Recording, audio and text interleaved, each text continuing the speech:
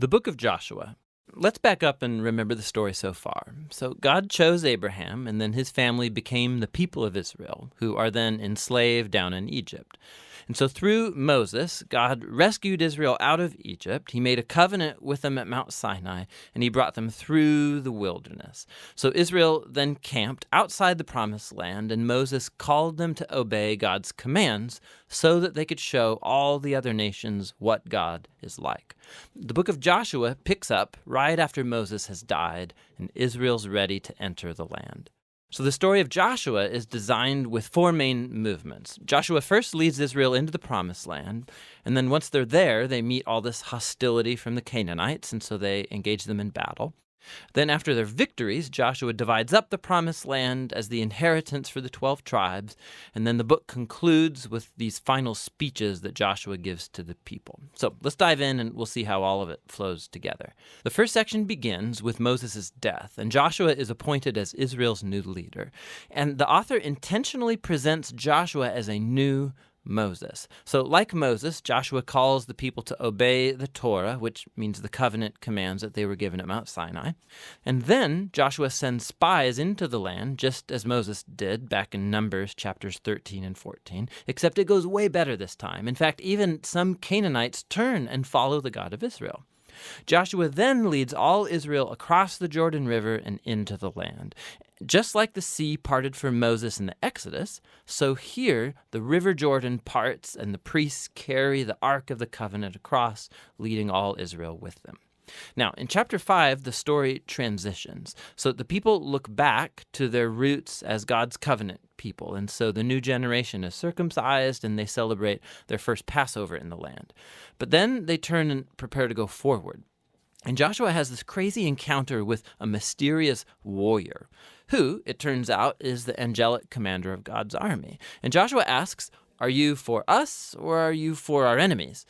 And the warrior responds, "Neither," which shows that the real question here is whether Joshua is on God's side.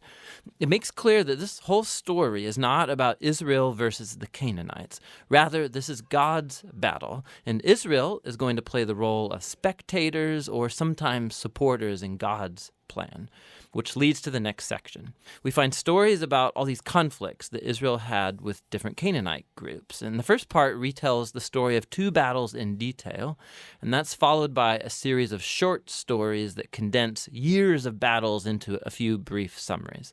So the first two battles are against Jericho and then Ai, and they offer these contrasting portraits of God's faithfulness versus Israel's failure.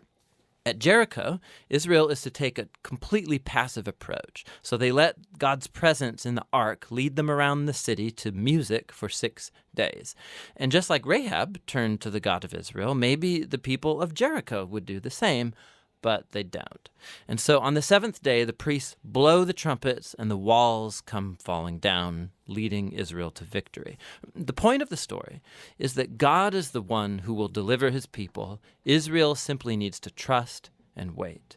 Now, the next story of the battle at Ai makes the opposite point. So there's this Israelite named Achan, and he steals from Jericho some of the devoted goods that were to belong to God alone, and then he lies about it. It's a pretty lame move after all that God has done for Israel.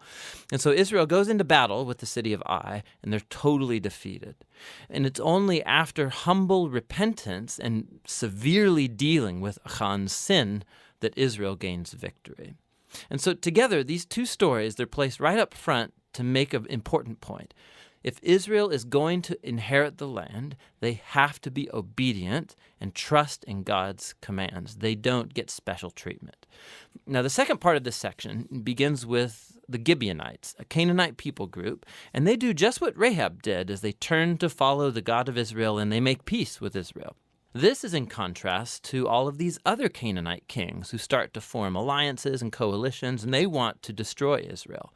So Israel engages them in battle, and they win by a landslide. And so this whole section concludes with this summary list of all of these victories won by Moses and then by Joshua. Now, let's stop for a second, because odds are that these stories and the violence in them, they're going to bother you. And if you're a follower of Jesus, you're bound to wonder, like, didn't Jesus say to love your enemies? Why is God declaring war here? So, first, why the Canaanites? The main reasons are actually given earlier in the biblical story. It's that the culture of the Canaanites had become extremely morally corrupt, especially when it comes to sex. Go check out Leviticus chapter 18. And they also widely practiced child sacrifice. Go see Deuteronomy chapter 12. And so God didn't want these practices to influence Israel. The Canaanites had to go. Which raises the second question. Did God actually command the destruction of all the Canaanites, like a genocide? So at first glance, you look at the phrases used in these stories. They totally destroyed them. They left no survivor or anything that breathed. But when you look a second time more closely, you'll see that these phrases are clearly hyperbole and not literal. So go back to the original command about the Canaanites in Deuteronomy chapter 7. Israel is first told to drive out the Canaanites, but then to totally destroy them. And then that's followed by commands to not intermarry with them or enter into business deals with them. So you can't marry someone that you've destroyed. I think you get the point. The same idea applies to the stories in Joshua. Look closely. So for example, we're told in Joshua chapter 10 that Israel left no survivors in the cities of Hebron or Debir. But then later in chapter 15, we see these towns and they're still populated by Canaanites. And so what we're seeing is that Joshua fits in with other ancient battle accounts by using non-literal hyperbolic language as part of the narrative style. And so the word genocide doesn't actually fit what we see here, especially in light of the stories about the Canaanites who did turn to the God of Israel, like Rahab or the Gibeonites. God was open to those who would turn to him. The last thing to think about is that these stories mark a unique moment in Israel's history. These battles were limited to the handful of people groups living in the land of Canaan. With all other nations, Israel was commanded by God to pursue peace. Go read Deuteronomy chapter 20. So the purpose of these battle stories was never to tell you, the reader, to go commit violence in God's name. Rather, they show God bringing his justice on human evil at a unique moment in history and how he delivered Israel from being annihilated by the Canaanites. Now, let's go back to the book's design. After years of battles, we see an aging Joshua, and he starts dividing up the land for the 12 tribes of Israel. And most of this section is like lists of boundary lines. And let's be honest, it's kind of boring. It's like reading a map that has no pictures. But for the Israelites, these lists were super important. This was the fulfillment of God's ancient promises to Abraham that his descendants would inherit the promised land. And so now it was all coming to pass right down to the detail, which leads to the final section. Joshua gives two speeches to the people that are very similar to the final speeches of Moses in Deuteronomy.